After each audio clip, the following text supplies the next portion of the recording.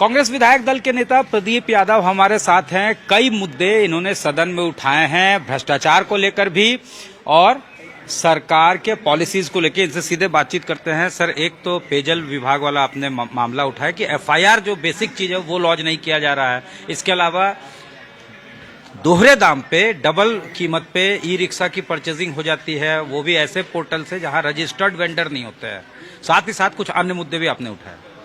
नहीं, बिल्कुल राज्य हित में ये सवाल थे। एक जनप्रतिनिधि होने के नाते मेरा दायित्व होता है कि जो चीजें सरकार की आंखों से ओझल हो उन चीजों को सरकार के सामने लाना, उस पर कार्रवाई कराना। मैंने जरूर सरकार के सामने यह कहा कि उन पर एफआईआर हो, सख्त कार्रवाई हो। यह जो पैसों की लूट है, बंदर बांट है, इस पर रोक लगे, पैसों की वसूली हो। सरकार ने आश्वस्त किया है कि हम एक रास्ते पर चल रहे हैं। हमने एसीबी के जिम्मे इस कार्रवाई को दिया है। दूसरा, उन्होंने कहा कि मेरी विभागीय जांच हो रही है, उस जांच उपरांत हम कठोर कार्रवाई करेंगे। हमें लगता है कि जल्द ही फलाफल रिजल्ट सामने आएगा। सर, दूसरा सवाल यह है कि ई रिक्शा वाले पे भी आपने बात की और प्लस गोड्डा से रिलेटेड आपने तमाम इश्यूज उठाए जमीन अधिग्रहण को लेकर।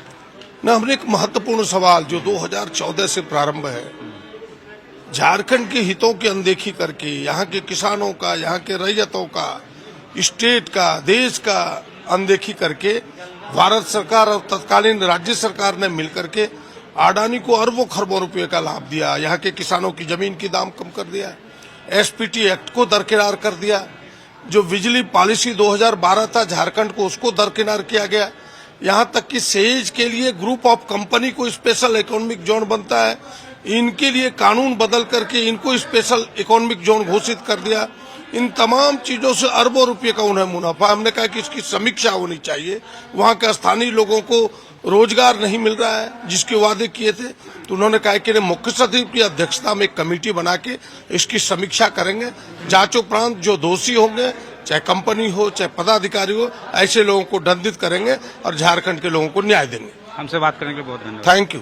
प्रदीप यादव जी, इनका साफ तौर से कहना है कि जमीन अधिग्रहण जो है उसमें लोकल जो इंटरेस्ट है, जो रैयत है, उनके हितों की अनदेखी करके